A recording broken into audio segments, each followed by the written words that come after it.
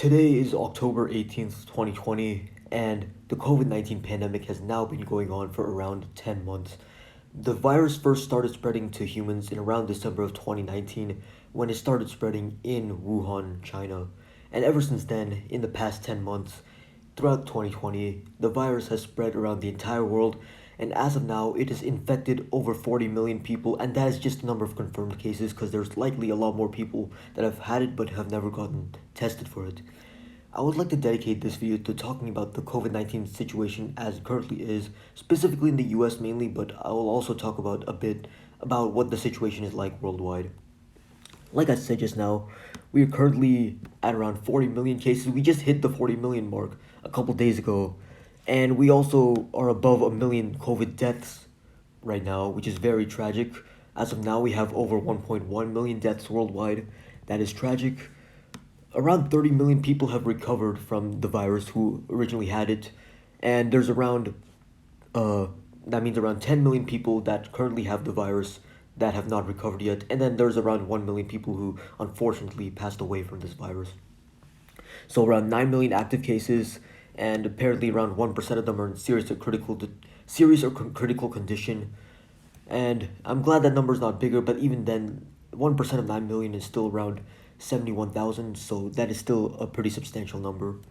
If you look at the daily case count, daily death count for worldwide cases, worldwide deaths, the daily case count is actually at an alarming rate as of now.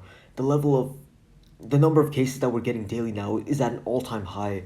I don't know how many people know this, but we just hit the 400,000 cases per day mark just these past couple days. On October 16th, which was just 2 days ago, we hit 413,000 cases in just October 16th itself. So we have, I wouldn't even call it a spike because the trend for the daily case count worldwide was that it was a giant spike upwards. It never stopped going upwards. It never stopped increasing. Like back in the spring, it was around 75,000 cases a day. Then the summer was like 200,000 cases a day. Now we're at 400,000 cases per day, which I find kind of alarming. But one good thing is that the daily death count isn't as high as it was back in the spring. Back in the spring, it hit an all-time high with around 7,500 deaths per day. But the levels that we're at right now are slightly lower. It's around 6,500 per day, 6,000 a day-ish, which is still very tragic, but at least it's not at the levels that it was back in spring. Now I'll take a look at the American situation specifically regarding COVID-19 and how the United States is doing with the virus. And as of now, it is not really looking good. We're over 8 million cases by now, 8.387 million to be exact, and the daily death count, not daily death count, sorry, the total death count is now around 225,000 deaths, which is very tragic. That is already over a fifth of a million, almost a quarter of a million deaths just in the past several months from this deadly virus. And if you look at the number of people who've recovered from this virus in the United States, it's 5.45 million approximately. So that is the majority of the people who've had this virus, which is good. So apparently the United States has had around a 4% mortality rate with this virus, which means that around 4% of the people who contracted this virus eventually passed away from it. And it says here that out of the 5.6 million cases that have currently been closed, meaning that they either recovered or died, the patient, around 96% of them, or 5.4 million of them, they recovered, while the other 4%, which is around the 225,000 which I was talking about, those people unfortunately passed away. So even though it's only 4%, 4% of a really large number is still quite a big number. 225,000 deaths is not at all something to scoff at. That is a giant number. This virus is still here, and that's what I would like to talk about now. It's not only still here, it's worse than ever at this point, if I'm being honest. If you take a look at the daily case count, we are seeing yet another spike. We're seeing the third spike in the United States throughout this entire pandemic. I've already made a video on this. I called it America's Third Wave. And actually back then, I made that video around early October. There wasn't even really much of a spike yet. It was just beginning, but I sort of anticipated that there would be another spike. And unfortunately, I was correct on that hypothesis.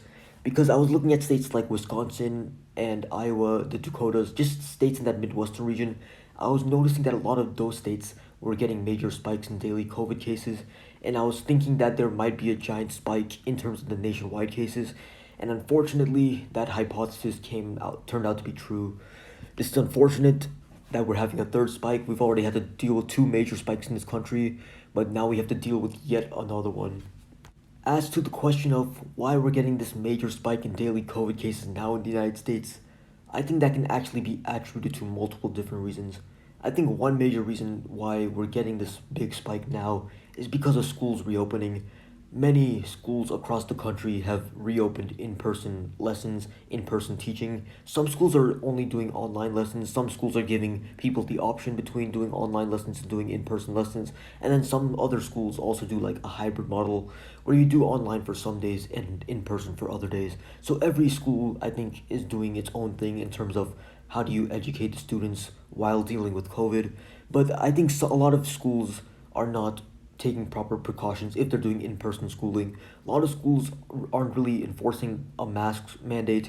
They aren't really making all their students wear the masks, and that might not be an easy thing to do. That's probably why a lot of schools aren't doing it. It's not an easy thing to enforce.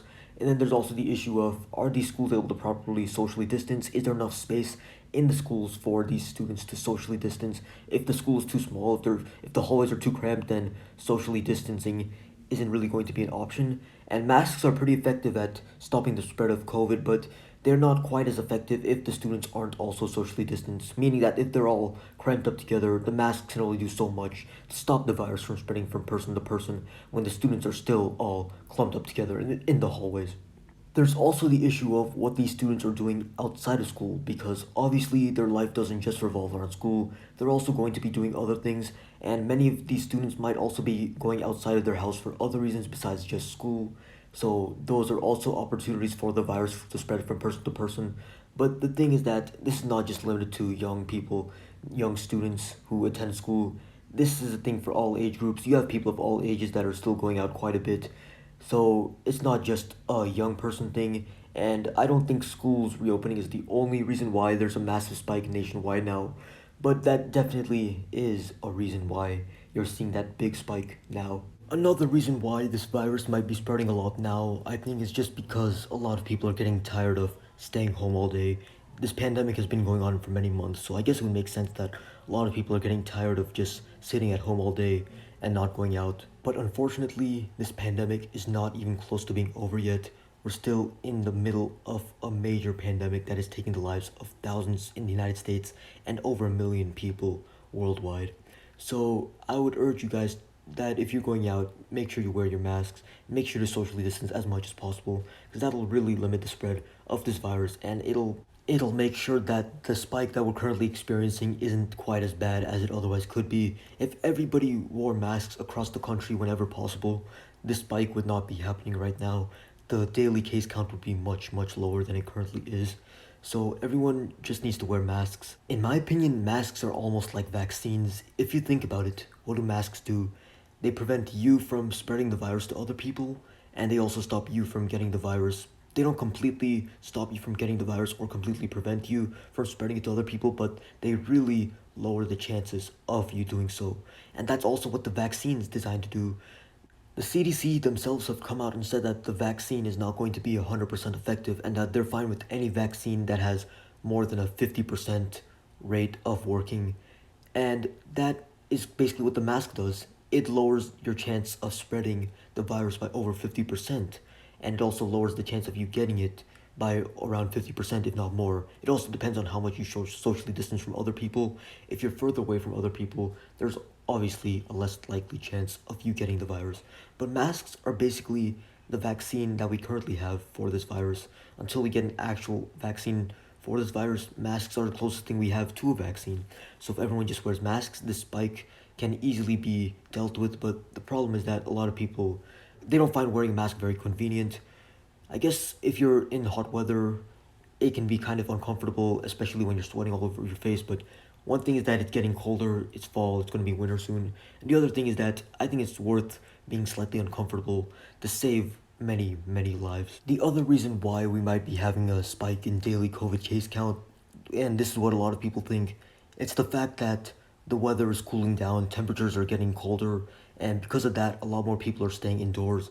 But the thing about this virus is that it has been proven that the virus spreads more easily indoors than it does outdoors. So if you have more people staying indoors than in the summer, then it would make sense that you have the virus spreading more now than you did a couple months ago. And I don't think that's the only reason why this virus is spiking in terms of daily case count now in the United States, but that definitely could be a reason why it's worse now than it was, let's say, in August. The one good thing though is that the daily death count spike that we had back in the spring, that spike has never been beaten, as in we've never had a daily death count worse than what we had back in the spring in the United States. Back in the spring, that's when New York was doing very badly with this virus. They were having around 1,000 daily deaths, which is a really big number, even for a state like New York, because they were doing very badly with the virus for around a couple months until middle to end of May. I think that's exactly around when masks started becoming a thing that a lot of people started wearing. And with widespread mask wearing, that was really able to curb the spread of the virus, and that significantly reduced the number of daily cases and number of daily deaths in the state of New York, and now the state is doing absolutely phenomenally in terms of dealing with the virus. I really hope that we don't have a spike in the daily death count in the United States in the upcoming weeks. I really hope that this turns out to be what it was like in the summer, where despite us having a bigger spike in terms of the daily case count in the summer than the spring, the daily death count was actually not as bad in the summer as it was in the spring. So that means that the overall fatality rate in the summer was less than in the spring. One of the reasons why that might be the case is that we may have undercounted the number of cases in the spring when we didn't have enough testing available. So the number of cases that it shows that were there in the spring, it might really be undercounted. There really might have been more cases, which means that one, we underestimated the amount that the virus spread, and two, we initially overestimated the death rate of this virus. But I really hope we don't have another spike in the death rate. That would be really nice. Really hope we don't surpass the daily death count that we had in the spring. But we just have to see. This year has been absolutely brutal for everybody. I'm just glad that it's only 2.5 months left of this year.